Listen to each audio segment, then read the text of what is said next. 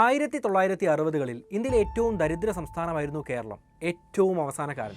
വ്യവസായങ്ങളോടും ഫാക്ടറികളോടും മുതലാളിമാരോടും മാറ്റങ്ങളോടും കേരളത്തിൽ പുലർത്തിപ്പോന്ന മനോഭാവം കൊണ്ട് ഇന്ത്യയിൽ വന്ന സാമ്പത്തിക പരിഷ്കാരങ്ങൾ പോലും കേരളത്തെ വികസിപ്പിക്കാൻ പര്യാപ്തമായിരുന്നില്ല. 1970-കളിൽ ആരംഭിച്ച തൊഴിൽ തേടിയുള്ള പ്രവാസി കുടിയേറ്റങ്ങൾ അതേ ദരിദ്ര കേരളത്തെ വികസിപ്പിക്കുന്നതിൽ നിർണായക പങ്കുവച്ചു. കേരളത്തെ നന്നാക്കി കളയാം എന്ന് ചിന്തിച്ചിട്ടൊന്നുമല്ല ആരും പ്രവാസം സ്വീകരിച്ചത്. അവന്റെ കഷ്ടപ്പാട് കൊണ്ടായിരുന്നു. തൊഴിലിടങ്ങൾ, പ്രത്യേകിച്ച് ഗൾഫ് നാടുകൾ അത്ര മികച്ചതൊന്നും ആയിരുന്നില്ല. താരതമ്യേന കുറഞ്ഞ ചെലവിന് നമ്മൾ ജോലി ചെയ്യുന്നത് കൊണ്ടാണ് അവർ നമുക്ക് ജോലി തന്നത്. അങ്ങനെ ജോലി കിട്ടി ലേബർ ക്യാമ്പുകളിൽ കിടന്നുറങ്ങിയും മുണ്ടു മുറുക്കിയെടുത്ത് മിച്ചം വന്ന തുകയാണ് ഒട്ടുമിക്ക എല്ലാ പ്രവാസികളും നാട്ടിലേക്ക് അയച്ചത്. ഇങ്ങനെ പ്രവാസികൾ വീട്ടിലേക്ക് അയച്ച പണമാണ് കേരളത്തെ വികസിപ്പിച്ചത്. പക്ഷേ അതെങ്ങനെ സംഭവിച്ചു? ഇതിൻ്റെ കൂടെ നമ്മൾ മനസ്സിലാക്കേണ്ട മറ്റൊരു കാര്യം കൂടെ ഉണ്ട്. ഇത്ര കാലം കേരളത്തിലുണ്ടായ പ്രവാസി നേട്ടങ്ങളില്ലേ, അത് ഭാവിയിൽ ഉണ്ടാവാൻ സാധ്യതയില്ല എന്നാണ് കണക്കാക്കുന്നത്. ഇത് സത്യമാണോ എന്നും പ്രവാസികൾക്കും കേരളത്തിനും ഒരുപോലെ ആശങ്കപ്പെടാൻ ഇപ്പോൾ ലോകത്ത് നടക്കുന്ന കാര്യങ്ങൾ കാരണമായിട്ടുണ്ടോ എന്നും നമ്മൾ അറിഞ്ഞിരിക്കണം. അധികം ആരും ചർച്ച ചെയ്ത് കാണാത്ത ആ കണക്കുകൾ ഇന്ന് നമുക്ക് പഠിക്കാം. നമസ്കാരം, എൻ്റെ പേര് അനുരാഗ്. നിങ്ങൾ ഏത് രാജ്യത്ത് നിന്നാണ് ഈ വീഡിയോ കാണുന്നത് എന്ന കാര്യം ദയവായിട്ട് കമൻറ്റിൽ എഴുതൂ. കൂടാതെ നിങ്ങളുടെ ഫ്രണ്ട്സ് ആൻഡ് ഫാമിലി ഗ്രൂപ്പിലേക്ക് ഈ വീഡിയോ ഒന്ന് ഷെയർ ചെയ്യൂ. കാരണം അവരും ഈ കാര്യങ്ങൾ അറിഞ്ഞിരിക്കണം. നമുക്ക് നേരെ വീഡിയോയിലേക്ക് പോവാം. ലോക ജനസംഖ്യയിൽ 8-1 വിദേശ പണത്തെ ആശ്രയിച്ച് ജീവിക്കുന്നവരാണ്. ഏതാണ്ട് 100 കോടി ആളുകൾ. പല രാജ്യത്തു നിന്നും പ്രവാസികൾ സ്വന്തം രാജ്യത്തേക്ക് അയക്കുന്ന പണത്തെ ഇൻവേർഡ് റെമിറ്റൻസ് എന്നാണ് വിളിക്കുക.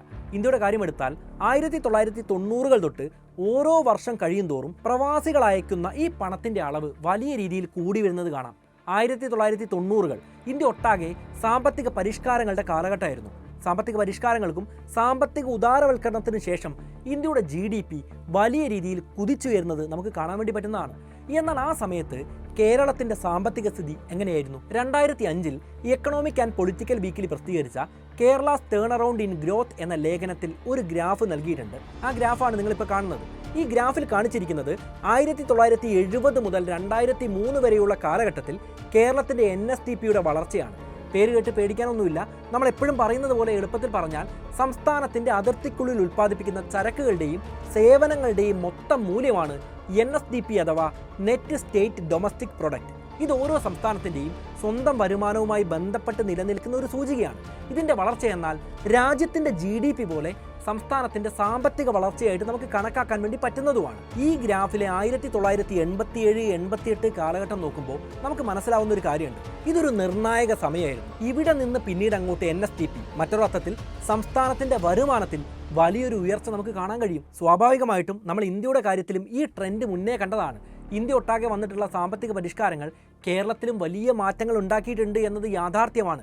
എങ്കിലും വ്യവസായങ്ങളോടും ഫാക്ടറികളോടും മുതലാളിമാരോടും മാറ്റങ്ങളോടും കേരളത്തിൽ പുലർത്തിപ്പോന്ന മനോഭാവം കൊണ്ട് കേരളം പോലൊരു സംസ്ഥാനത്തിന് സാമ്പത്തിക പരിഷ്കാരങ്ങൾ കൊണ്ട് മാത്രം 15 വർഷത്തിനപ്പുറം നിലനിൽക്കുന്ന സ്ഥായിയായിട്ടുള്ളൊരു വളർച്ച നേടാനുള്ള സാധ്യതകൾ ഒന്നും തന്നെ ഇല്ലായിരുന്നു. ഇവിടെയാണ് 1970-കളിൽ ആരംഭിച്ച തൊഴിൽ തേടിയുള്ള പ്രവാസി കുടിയേറ്റത്തിൻ്റെ പ്രസക്തി വരുന്നത്. ഇത്രയും ഉയർന്ന വളർച്ചാ നിരക്ക് സൃഷ്ടിക്കുന്നതിനുള്ള അടിസ്ഥാന ഘടകം വിദേശത്ത് നിന്ന് ലഭിക്കുന്ന വരുമാനം തന്നെയായിരുന്നു. എന്നാൽ അതെങ്ങനെ സംഭവിച്ചു എന്ന രസകരമായ കാര്യമാണ് ഇനി നമ്മൾ മനസ്സിലാക്കുന്നത്. പിന്നെ നാട്ടിലുള്ളവരും പ്രത്യേകിച്ച് പ്രവാസികൾ ആരെങ്കിലും ഈ വീഡിയോ കാണുന്നുണ്ടെങ്കിൽ ഒരു കാര്യം കൂടെ ശ്രദ്ധിക്കണം. കുറേ കാലം ജോലി ചെയ്ത് അസുഖങ്ങളൊക്കെ ആയിട്ട് നാട്ടിൽ വന്നാൽ അധ്വാനിച്ചതൊക്കെ നമ്മൾ ആശുപത്രിയിൽ കൊടുക്കേണ്ടി വരും. ചില അസുഖങ്ങൾ വന്നു കഴിഞ്ഞാൽ പിന്നെ ആരോഗ്യ ഇൻഷുറൻസ് പോലും കിട്ടില്ല. അതുകൊണ്ട് നന്നായിട്ട് ആരോഗ്യം നോക്കേണ്ടത് നിർബന്ധമായിട്ടുള്ള കാര്യമാണ്. കൂടെ നല്ല പ്രായത്തിൽ ഇന്ത്യയിൽ നിന്ന് ഒരു ആരോഗ്യ ഇൻഷുറൻസ് നിങ്ങൾ എടുത്തു വെക്കണം. ഇത് നമുക്ക് മാത്രം പോരാ, പ്രായമായ മാതാപിതാക്കൾക്കും ഫാമിലിക്കും നിർബന്ധമായിട്ടും വേണം. ഇന്റർനാഷണൽ പ്ലാൻസിനെയൊക്കെ അപേക്ഷിച്ച് ഇന്ത്യയിൽ 35% വരെ ആരോഗ്യ ഇൻഷുറൻസുകൾക്ക് ചെലവ് കുറവാണ്. പ്രവാസികൾക്കാണെങ്കിൽ 18% ഇളവും GST ലഭിക്കുന്നതാണ്. ഇതിൻ്റെ ഒക്കെ പുറമെ 25% വരെ കുറഞ്ഞ ചെലവിൽ 51ഓളം ഇൻഷുറൻസ് കമ്പനികളിൽ നിന്ന് ഇഷ്ടമുള്ള ആരോഗ്യ ഇൻഷുറൻസ് താരതമ്യം ചെയ്ത് ഹെൽത്ത് ചെക്കപ്പ് ഇല്ലാതെ മേടിക്കാനുള്ള ലിങ്ക് ഞാൻ കമൻറ്റിൽ പിൻ ചെയ്യുന്നുണ്ട്. അത്യാവശ്യം വരുമാനമുള്ള ഒരാളാണ് നിങ്ങളെങ്കിൽ ഏറ്റവും നല്ല പ്ലാൻ തന്നെ എടുക്കണം. വരുമാനം കുറഞ്ഞവരാണെങ്കിൽ പറ്റുന്ന പ്ലാനെങ്കിലും എടുത്തു വെക്കുക. ഓൺലൈൻ വഴി എടുത്താൽ ഏജന്റ് കമ്മീഷൻ നമുക്ക് ലാഭിക്കാം. പിന്നെ എല്ലാ ആശുപത്രികളിലും ഇപ്പോൾ നമ്മൾ നോക്കിയാൽ ഇൻഷുറൻസ് ഹെൽപ്പ് ഡെസ്കുകളെല്ലാം കാണാൻ പറ്റുന്നതാണ്. അതുകൊണ്ട് ഇപ്പോൾ ഒരു ഏജന്റിൻ്റെ ആവശ്യം തന്നെയില്ല. കൂടാതെ ഞാൻ കൊടുത്ത ലിങ്ക് വഴി നിങ്ങൾക്ക് ഇഷ്ടമുള്ള ഏത് കമ്പനിയുടെ പ്ലാൻ എടുത്താലും ഒരു ഡെഡിക്കേറ്റഡ് റിലേഷൻഷിപ്പ് മാനേജർ നിങ്ങൾക്ക് കിട്ടുന്നതാണ്. എന്തെങ്കിലും സംശയം ഉണ്ടെങ്കിൽ പുള്ളിക്ക് വാട്സപ്പ് ചെയ്താൽ മതി. മാസക്കണക്കിനാണ് ഇന്ത്യയിൽ ഇൻഷുറൻസ് തുകയും ചികിത്സാ ചെലവും എല്ലാം കൂടിക്കൊണ്ടിരിക്കുന്നത്. നമ്മൾ പണിയെടുക്കുന്നത് ആശുപത്രികളെ നന്നാക്കാനല്ലല്ലോ. അതുകൊണ്ട് ഇനി കൂടുതൽ ചിന്തിക്കാനൊന്നുമില്ല, പെട്ടെന്ന് തന്നെ എടുത്തു വെച്ചോളൂ. നമ്മൾ വിഷയത്തിലേക്ക് തന്നെ തിരിച്ചു വന്നാൽ 1960-കളിൽ ഇന്ത്യയിലെ ഏറ്റവും ദരിദ്ര സംസ്ഥാനമായിരുന്നല്ലോ കേരളം. പക്ഷേ 1970-കളിൽ ആരംഭിച്ച തൊഴിൽ തേടിയുള്ള പ്രവാസി കുടിയേറ്റങ്ങൾ അതേ ദരിദ്ര കേരളത്തെ വികസിപ്പിക്കുന്നതിൽ നിർണായക പങ്കുവഹിച്ചു. എന്നാലും പ്രവാസികൾ അവരുടെ കുടുംബത്തിലേക്കാണ് പണം അയക്കുന്നത്, അല്ലാതെ സർക്കാർ ഖജനാവിലേക്കല്ല. പിന്നെ എങ്ങനെയാണ് പ്രവാസികൾ കേരളത്തെ സഹായിച്ചത്? 1960കളിൽ തന്നെ ഗൾഫ് നാടുകളിൽ എണ്ണയുടെ കണ്ടെത്തൽ ധാരാളം തൊഴിലവസരങ്ങൾ അവിടെ സൃഷ്ടിക്കുകയാണ്. ഇന്ത്യ പോലുള്ള രാജ്യങ്ങളിൽ നിന്ന് തൊഴിലാളികളെ എടുത്തു കഴിഞ്ഞാൽ താരതമ്യേന കുറഞ്ഞ ശമ്പളത്തിന് പണിയെടുപ്പിക്കാൻ പറ്റുമെന്ന അറബിയും അവിടെ പോയാൽ ഇവിടെ നിൽക്കുന്നതിലും മെച്ചമാണെന്ന് ഇന്ത്യക്കാരും കരുതുകയാണ്. താരതമ്യേന മോശമായ സമ്പദ് വ്യവസ്ഥയും തൊഴിലില്ലായ്മയും കൊണ്ട് പൊറുതിമുട്ടിയിരുന്ന മലയാളിയും ഇതൊരവസരമായിട്ട് കണ്ടു. 1970കളുടെ തുടക്കത്തിൽ മലയാളികളുടെ തൊഴിൽ തേടിയുള്ള കുടിയേറ്റം മിതമായ രീതിയിൽ ആരംഭിച്ച് പിന്നീട് അത് വളർന്നുകൊണ്ടേയിരുന്നു. സെൻറ്റർ ഫോർ ഡെവലപ്മെൻറ്റ് സ്റ്റഡീസ് നടത്തിയ പ്രാഥമിക സർവേയുടെ അടിസ്ഥാനത്തിൽ തന്നെ 1998 കണക്കനുസരിച്ച് ഏതാണ്ട് 13 ലക്ഷം മലയാളികൾ വിദേശത്ത് ജോലി ചെയ്യുന്നുണ്ടായിരുന്നു. ഇതിൽ 95% ഗൾഫ് രാജ്യങ്ങളിലുമായിരുന്നു. ഈ കണക്ക് നോക്കിയാൽ 1991 മുതൽ 2013 വരെയുള്ള പ്രവാസികളുടെ എണ്ണത്തിൽ വലിയ വർധനവ് വന്നത് നമുക്ക് കാണാൻ വേണ്ടി പറ്റുന്നതാണ്. കേരളത്തിൻ്റെ സാംസ്കാരിക സാമ്പത്തിക രംഗത്ത് കാതലായ മാറ്റങ്ങളാണ് ഇതുമൂലം സംഭവിച്ചതും. ഈ ടേബിളിൽ കാണിച്ചിരിക്കുന്നത് കേരളത്തിൻ്റെ ആളോഹരി വരുമാനത്തിൻ്റെ വളർച്ചയും ഇന്ത്യയുടെ ആകെ ആളോഹരി വരുമാനത്തിൻ്റെ വളർച്ചയും താരതമ്യം ചെയ്ത കണക്കാണ്. 1993-94 കാലഘട്ടത്തിൽ തന്നെ കേരളത്തിൻ്റെ ആളോഹരി വരുമാനം ഇന്ത്യയുടെ ആളോഹരി വരുമാനത്തെ മറികടക്കുകയാണ്. ഇത് 2002-2003 ആകുമ്പോഴേക്കും ഇന്ത്യയുടെ മൊത്തമായ ശരാശരിയുടെ 60% കൂടുതലായിട്ട് മാറുന്നുമുണ്ട്. വിദേശ പണം കേരളത്തിലേക്ക് ഒഴുകുന്നത് കൊണ്ട് തന്നെ കേരളത്തിലെ തൊഴിൽ വരുമാനവും ജീവിത രീതിയും വലിയ രീതിയിൽ മാറിയതായിട്ട് നമുക്ക് കാണാം. അതുകൊണ്ട് തന്നെ പ്രവാസികളുടെ ആളോഹരി വരുമാനം മാറ്റി നിർത്തിയാലും കേരളം ഇന്ത്യയുടെ ശരാശരിയേക്കാൾ 34% മുന്നിട്ട് നിൽക്കുന്നത്.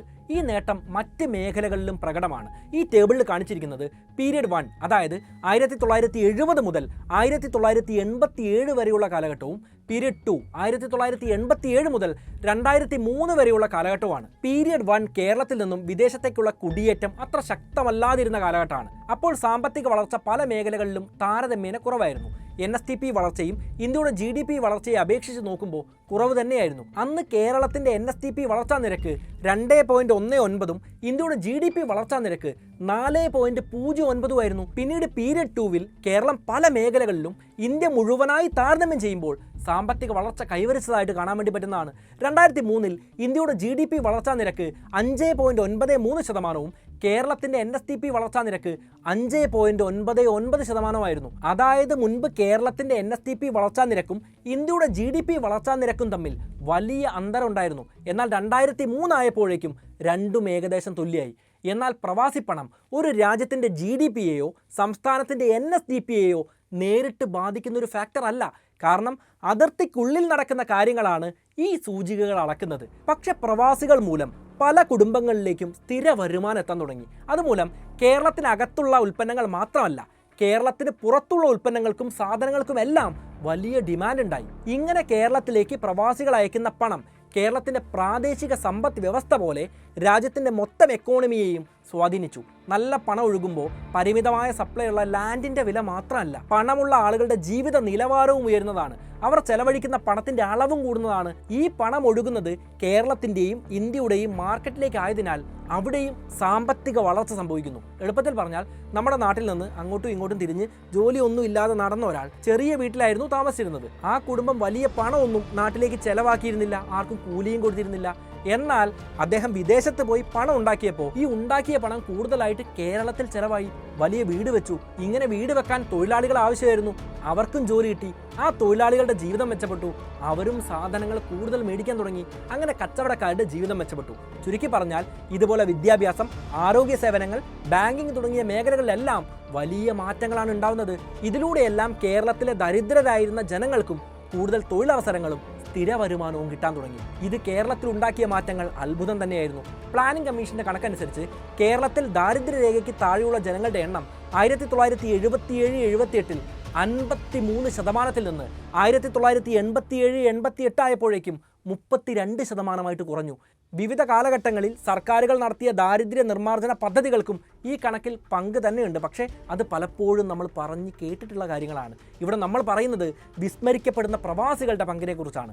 1970കളിൽ തുടങ്ങിയ തൊഴിൽ തേടിയുള്ള ത്വരിതഗതിയിലുള്ള കുടിയേറ്റ പ്രക്രിയ 2000 ആണ്ടിൻ്റെ തുടക്കത്തിലും മലയാളികൾ തുടർന്നുകൊണ്ടേയിരുന്നു. ഗൾഫ് രാജ്യങ്ങളായിരുന്നു പ്രവാസികളുടെ പ്രധാന ലക്ഷ്യസ്ഥാനങ്ങൾ. എന്തിന് 2008 സാമ്പത്തിക മാന്ദ്യ സമയത്തും സ്ഥിതി ഏറെക്കുറെ സമാനമായിരുന്നു. കേരളം മാത്രമല്ല, ആ സമയത്ത് ഇന്ത്യ മൊത്തമായി പ്രവാസി പണത്തിൽ നിന്ന് വലിയ നേട്ടങ്ങൾ ഉണ്ടാക്കുന്നുണ്ട്. 2009 ലോക ബാങ്കിന്റെ കണക്കനുസരിച്ച് 49 ബില്യൺ US$ വിദേശ വരുമാനത്തിൽ ഇന്ത്യ ഒന്നാമതെത്തി. അത് അന്നത്തെ GDP-യുടെ 4.2%. കുടിയേറ്റം കൂടുന്നതനുസരിച്ച് കേരളത്തിലേക്കും കൂടുതൽ പ്രവാസി പണം എത്താൻ തുടങ്ങുകയാണ്.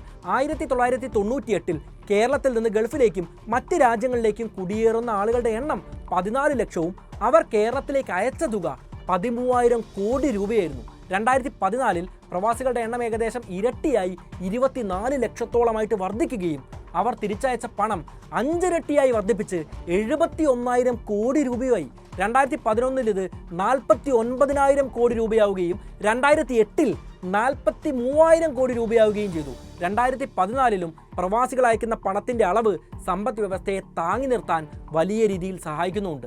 പക്ഷേ എല്ലാ കാലവും ഇതിങ്ങനെ കൂടിക്കൊണ്ടേയിരിക്കില്ലല്ലോ. 2016 ശേഷം കേരളത്തിലും അധികം പ്രവാസികൾ മറ്റ് സംസ്ഥാനങ്ങളിൽ നിന്നും ഉണ്ടാവാൻ തുടങ്ങുകയാണ്. ഇനി പറയാൻ പോകുന്ന കാര്യങ്ങൾ നമ്മുടെ കൊച്ചു കേരളത്തിൻ്റെ ഭാവിയെപ്പറ്റി ആശങ്ക ഉണ്ടാക്കുന്നതുമാണ്. അതുകൊണ്ട് ഒന്ന് ശ്രദ്ധിച്ചു കേട്ടോളൂ. ഇന്ത്യൻ വിദേശകാര്യ മന്ത്രാലയം പുറത്തുവിട്ട കണക്കുകൾ പ്രകാരം 2016-17 കാലഘട്ടത്തിൽ ഉത്തർപ്രദേശ്, തമിഴ്നാട്, ബീഹാർ, പശ്ചിമ ബംഗാൾ, പഞ്ചാബ്, രാജസ്ഥാൻ എന്നീ സംസ്ഥാനങ്ങളിൽ നിന്നാണ് ഏറ്റവും കൂടുതൽ ആളുകൾ ഗൾഫിലേക്ക് പോയത്. ഈ പട്ടികയിൽ കേരളം ഇപ്പോൾ 7ാം സ്ഥാനത്താണ്. 2009 വരെയുള്ള കണക്ക് നോക്കുകയാണെങ്കിൽ കേരളമായിരുന്നു മുന്നിൽ. 2016 ആയപ്പോഴേക്കും കേരളത്തെ പിന്തള്ളി മറ്റ് സംസ്ഥാനങ്ങളിൽ നിന്ന് കൂടുതൽ ആളുകൾ പ്രവാസികളായിട്ട് മാറി. ഇതുമൂലം കുറഞ്ഞ കൂലിക്ക് ജോലി ചെയ്യാൻ ഗൾഫ് മേഖലകളിൽ കൂടുതൽ ആളുകൾ ലഭ്യമായി. ഇത് ശരിക്കും നമുക്കൊരു തിരിച്ചടിയാവുന്നുണ്ട്. പിന്നെ ഗൾഫിന് പുറമെ കേരളത്തിൽ നിന്ന് പ്രവാസികൾ കൂടുതലായിട്ട് പോകുന്നത് USA, UK, Canada, Australia, Singapore എന്നീ രാജ്യങ്ങളിലേക്കാണ്. ഇനി പ്രവാസികൾ അയക്കുന്ന പണത്തിൻ്റെ കാര്യമെടുത്താൽ റിസർവ് ബാങ്ക് ഓഫ് ഇന്ത്യയുടെ 2018 കണക്കനുസരിച്ച് ഇന്ത്യയിലേക്ക് വരുന്ന വിദേശ പണത്തിൻ്റെ 19% സ്വീകരിച്ച് കേരളം ഒന്നാമതെത്തി. മഹാരാഷ്ട്ര, കർണാടക, തമിഴ്നാട്, ഡൽഹി എന്നീ സംസ്ഥാനങ്ങളാണ് തൊട്ട് പിന്നിലായിട്ട് നമുക്ക് കാണാൻ വേണ്ടി പറ്റുക. എന്നാൽ കോവിഡിന് ശേഷം പ്രതീക്ഷിച്ചതുപോലെ തന്നെ വിദേശത്തു നിന്ന് അയക്കുന്ന പണത്തിൻ്റെ കാര്യത്തിലും കേരളം 2ാം സ്ഥാനത്തേക്ക് പിന്തള്ളപ്പെട്ടു. 35.2% വരുമാനം നേടിയ മഹാരാഷ്ട്രയാണ് ഇപ്പോൾ ഒന്നാമതായിട്ട് തുടരുന്നത്. ഇതേസമയം കേരളത്തിന് ഇന്ത്യയുടെ മൊത്തം ഇൻവേർഡ് റെമിറ്റൻസിൻ്റെ 10.2% മാത്രമാണ് നേടാൻ കഴിയുന്നത്. 2016-17 ഇൻവേർഡ് റെമിറ്റൻസ് സർവേയിൽ 19% വിഹിതവുമായി കേരളം 1ാം സ്ഥാനത്തും 16.7% വിഹിതവുമായി മഹാരാഷ്ട്ര 2ാം സ്ഥാനത്തുമായിരുന്നു എന്ന കാര്യം ഓർക്കണം. എന്നാൽ കോവിഡിന് ശേഷം കഥ മാറുകയാണ്. മഹാരാഷ്ട്ര 1ാം സ്ഥാനത്തേക്ക് എത്തുന്നു, കേരളം 2ാം സ്ഥാനത്തേക്ക് പിന്തള്ളപ്പെടുന്നു. കൂടാതെ 23% വിഹിതവുമായി US ആണ് ഇന്ത്യയിലേക്ക് ഏറ്റവും കൂടുതൽ വിദേശ പണം അയക്കുന്ന രാജ്യമായിട്ട് മാറിയിട്ടുള്ളത്. ഇത് ശരിക്കും അധികം ആരും പറഞ്ഞ് കേട്ടിട്ടില്ലാത്തൊരു കാര്യമാണ്. ഒറ്റ രാജ്യത്തിൻ്റെ കണക്കെടുത്ത് നോക്കിയാൽ അമേരിക്കയിൽ നിന്നാണ് ഇന്ത്യയിലേക്ക് ഏറ്റവും അധികം പണം വന്നുകൊണ്ടിരിക്കുന്നത്. UAE 18% വിഹിതവുമായി 2ാം സ്ഥാനത്താണ് നിലനിൽക്കുന്നത്. UK 6.8%വുമായി ഇപ്പോൾ 3ാം സ്ഥാനത്ത് നിലനിൽക്കുകയാണ്. എന്നാൽ 2016-17 സാമ്പത്തിക വർഷത്തിൽ ഇന്ത്യയിലേക്ക് പണം അയക്കുന്ന വിദേശ രാജ്യങ്ങളിൽ 1ാം സ്ഥാനത്ത് UAE ആയിരുന്നു. അതായത് ഗൾഫ് രാജ്യങ്ങളിൽ നിന്ന് കേരളത്തിലേക്ക് വരുന്ന പണത്തിൻ്റെ അളവ് വലിയ രീതിയിൽ കൂടുന്നില്ല. ഇന്ത്യയിലേക്ക് പണം എത്തുന്നത് ഗൾഫ് രാജ്യങ്ങളിൽ നിന്ന് മാറി മറ്റ് രാജ്യങ്ങളിലേക്ക് ആവുന്നതെന്ന് നമുക്ക് കാണാൻ വേണ്ടി പറ്റും. ഇത് മാത്രമല്ല, സ്വദേശവൽക്കരണവും മാറിയ മാർക്കറ്റ് സാഹചര്യങ്ങളും കാരണം സൗദി പോലുള്ള രാജ്യങ്ങളിലേക്കുള്ള കുടിയേറ്റക്കാരുടെ എണ്ണം കുറഞ്ഞു വരുന്നത് നമുക്ക് കാണാം. കേരളത്തിൽ നിന്ന് സൗദിയിലേക്ക് പോകുന്ന ആളുകളുടെ എണ്ണവും കുറഞ്ഞു വരികയാണ്. സ്വാഭാവികമായും തൊഴിൽ കുടിയേറ്റത്തിന് ഗൾഫ് നാടുകളെ ആശ്രയിക്കുന്ന കേരളത്തിന് ഇത് വലിയ തിരിച്ചടിയാവാൻ സാധ്യതയേറെയാണ്. Kerala institute of labour and employment പ്രസിദ്ധീകരിച്ച കണക്കനുസരിച്ച് കോവിഡ് സമയത്തെ പ്രതിസന്ധികൾ കേരളത്തിൽ നിന്നുള്ള 8.7 ലക്ഷം പ്രവാസികളെ നാട്ടിലേക്ക് മടങ്ങാൻ നിർബന്ധിതരാക്കിയിട്ടുണ്ട്. ഇവരിൽ ഭൂരിഭാഗം പേരും ഗൾഫിൽ നിന്നുള്ളവരായിരുന്നു.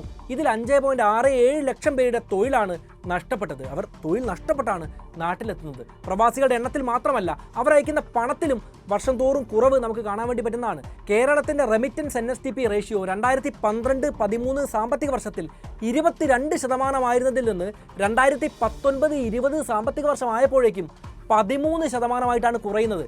കേരളീയർ ഇപ്പോഴും തൊഴിൽ തേടി വിദേശ രാജ്യങ്ങളിലേക്ക്, പ്രത്യേകിച്ച് ഗൾഫ് രാജ്യങ്ങളിലേക്ക് പോകുന്നുണ്ട്. എന്നാൽ മഹാരാഷ്ട്ര, ഡൽഹി തുടങ്ങിയ രാജ്യത്തിൻ്റെ മറ്റ് ഭാഗങ്ങളിൽ നിന്നുള്ള ആളുകൾ US-ലേക്കും യൂറോപ്പിലേക്കുമെല്ലാമാണ് കുടിയേറുന്നതായിട്ട് നമുക്ക് കാണാൻ വേണ്ടി പറ്റുന്നത്. ഇത് താരതമ്യേന അവർക്ക് ഉയർന്ന വരുമാനം കൊടുക്കുകയും ഇന്ത്യയിലേക്ക് കൂടുതൽ വിദേശ പണം വരാനും കാരണമാവുന്നുണ്ട്.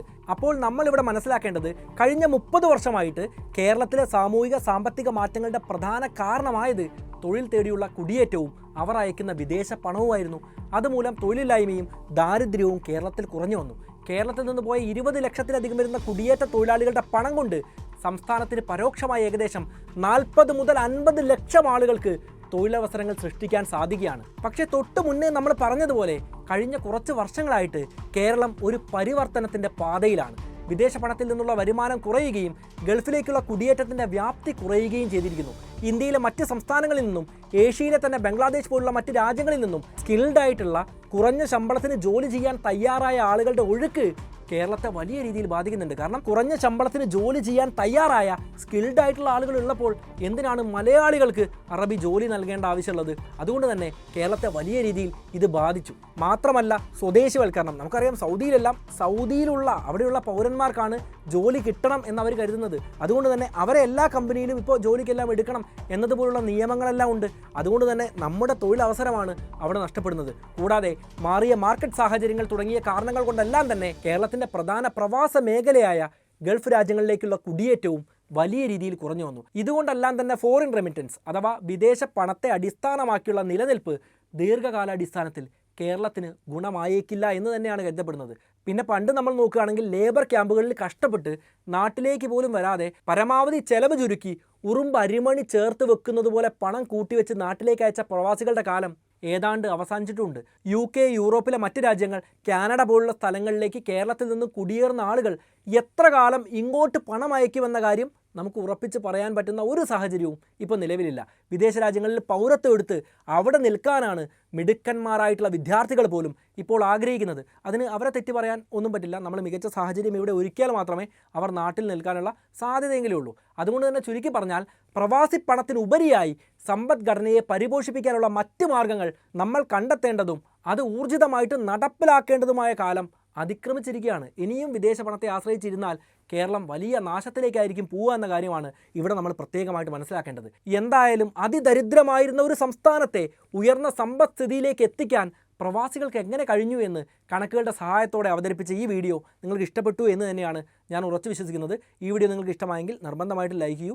ഈ വീഡിയോയെക്കുറിച്ചുള്ള നിങ്ങളുടെ അഭിപ്രായങ്ങൾ എന്ത് തന്നെയാണെങ്കിലും നിങ്ങൾ കമൻറ്റായിട്ട് എഴുതണം. നിങ്ങൾ കൂടുതൽ കമൻറ്റ് ഇടുമ്പോഴാണ് കൂടുതൽ ആളുകൾ വീഡിയോ കാണാനുള്ള സാഹചര്യം ഉണ്ടാകുന്നത്. പിന്നെ ഞാൻ വീഡിയോയുടെ തുടക്കത്തിൽ പറഞ്ഞതുപോലെ പ്രവാസികളും നാട്ടിലുള്ളവരും എല്ലാം സാമ്പത്തിക അച്ചടക്കത്തിൻ്റെ ഭാഗമായിട്ട് ഒരു ആരോഗ്യ ഇൻഷുറൻസ് നിർബന്ധമായിട്ട് എടുത്തു വെക്കണം. നിങ്ങൾ ഇഷ്ടമുള്ള കമ്പനിയുടെ മികച്ച പ്ലാൻ 25% വരെ ഡിസ്കൗണ്ടിൽ എടുക്കാൻ വേണ്ട ലിങ്ക് ഞാൻ കമൻറ്റിൽ കൊടുക്കുന്നുണ്ട്. 100% ട്രസ്റ്റബിൾ ആണ്. നിലവിൽ പ്രവാസികൾക്ക് പിന്നെയും 18% GST കുറയുകയും ചെയ്യും. പെട്ടെന്ന് തന്നെ നോക്കിക്കോളൂ. നമുക്കെന്തായാലും മറ്റൊരു നല്ല വിഷയവുമായിട്ട് വീണ്ടും കണ്ടുമുട്ടാം. It's me Anurag signing off.